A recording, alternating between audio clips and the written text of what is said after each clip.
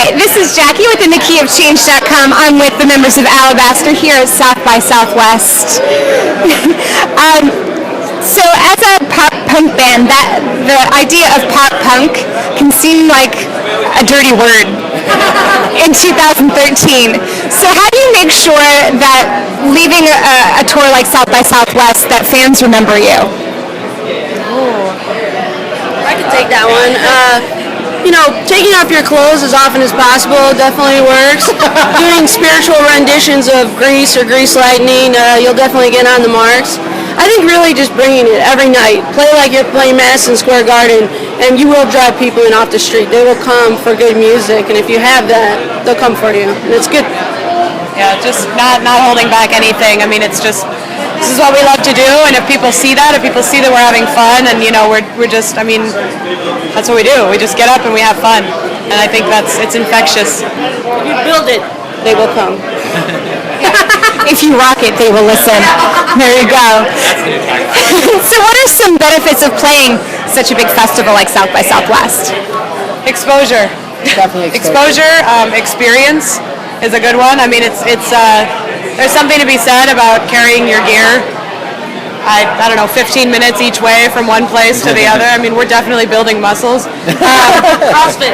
And then, talking to people, getting our music out there. It's all experience. It's all exposure. It's great. Meeting other bands. I mean, we probably have I don't know, a list now of 50 other bands we could call up if we wanted to go on a tour, that we never knew about before. So, yeah. Now you get to bitch. What's the worst part? Same thing, carrying the gear, building those muscles. Yeah, Marlon's got 2 legs full of bruises, and our shoulders are sore. It's pretty bad. So what can fans expect from your new EP, The Villain in Me, which is out on March 31st? Oh, hard, fast, fun, high energy. Yeah, a lot of feeling. Really good. I mean, we stayed with the our still really meaningful, deep lyrics. Things that everybody can relate to. But this is harder, faster. Whatever this is. I like that. It's a dirty word. The villain in me, think about it. It's in you, it's dirty. I'm a pervert. I was going to keep going with that, but I decided I shouldn't. That wouldn't be really... We'll take that offline. Not the best for first encounters, right? So what is your writing process like? Are you always writing? Do you have to take time out from writing? What do you do? We're kind of always writing. Kate writes lyrics like nobody I've ever met before, so she's just kind of always writing poetry. And then, I don't know, I mean, Marlon writes a lot kind of on his own. Joe writes a lot at home on his own. Kate will come up with little things. I'm probably the only one that doesn't really write music on my own, but I do write lyrics once in a while, and when a guitar melody has been written between a combination of these 3, then I sort of take Kate's lyrics and I write the vocal melody. Yeah, I take them from poetry and turn them into a song while keeping the feeling. So I guess I compose, sort of.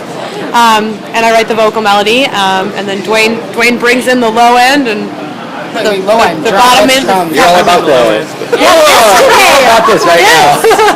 I meant foundation, if you will.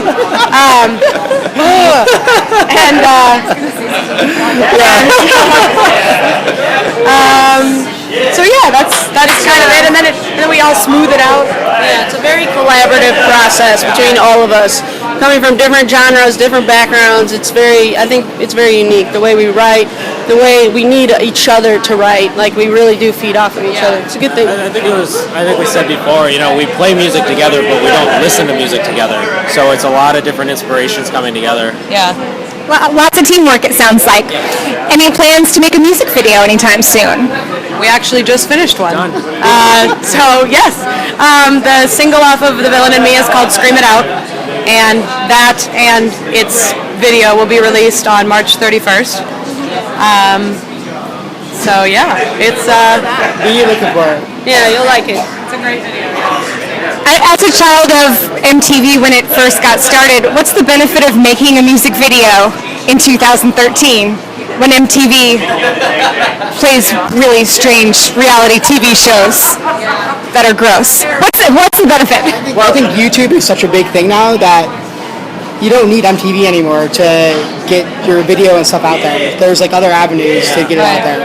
You know, like blogs can do video stuff now, YouTube, like I said, but there's just so many other options. Like I know myself being like a music enthusiast, like I never go to MTV to watch a music video. Like I'll go to YouTube and I'll type in the band name and like it'll come up. So Yeah, that's kind of how it goes now. Is that you like for me and I think a lot of others, when you find a band and you're interested in them, you go straight to YouTube to see what do they look like, what do they perform like. You just go right there. So you got to have that online so then they see you.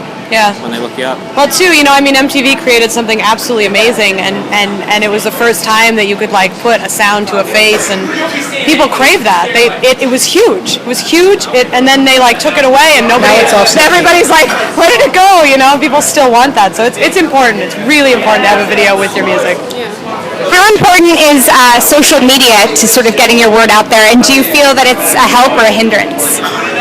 It's huge. Joe and I, we spend a lot of time on Facebook and tweeting and stuff like that. We just love interacting with all of our friends, family, fans out there, and the other bands that we meet, and it's just absolutely crucial. I mean, we used to call ourselves a MySpace, made band, because when we moved from Chicago to Seattle, I mean, that's how we were connected to Seattle before we even got there. So it helped us get out there and do booking, and now we have Facebook, which is, basically a black book of digital numbers and faces, and I love it that you can connect with people that way from all over the world. It's great.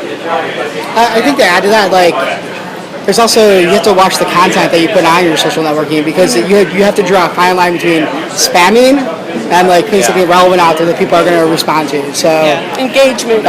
Getting your fans engaged and making sure there is quality, and you kind of break through all the noise of the spam that Facebook is becoming, as MySpace did at the end. So your album's coming out, The Villain in Me. What else is up next? Hopefully touring. I mean, we're gonna get back and probably sleep for a week, and then we're gonna start writing some more. And I mean, we've got a good bunch of songs ready to go right now, and we want to write more and tour this summer. And then tour. Yeah, that's our biggest goal, I think, right now. So stay tuned for more from Alabaster. This is Jackie with Inthekeyofchange.com.